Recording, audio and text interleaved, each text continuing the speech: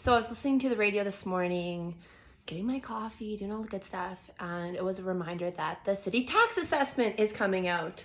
Everybody's favorite time of year, which means tax season is right around the corner. Why I'm bringing up the city assessment is because oftentimes people assume that what they get in the mail from the city is the value of their home. There is a distinct difference between a city assessment, which is what the city uses to determine your taxes that you're going to pay for the upcoming year, and market value. So what's the difference between market value and assessed value? Simply put, market value is how much your home is worth on today's market. That means how much a buyer is willing to pay for it in today's market and how much your seller is willing to sell it for. Whereas assessed value is not necessarily what your home would sell for on the market, but what it will be calculated for tax purposes.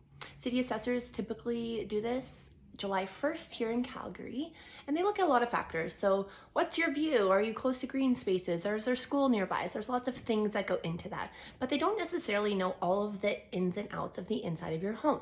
Wouldn't it be nice if assessed value and market value were the same? Well, yeah, of course, but that's rarely ever going to happen. And the reason being is the market changes rapidly, especially as we've seen in the last few years. The market's been on a little bit of a roller coaster, and the city assessment happens once a year. City assessors also don't see the interior changes that an owner may make.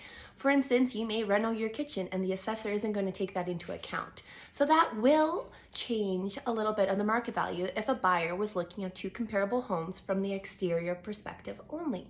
When they got inside, they would see that, let's say house B has put in a little bit more effort and renoed, making their property increase in value just a little bit more.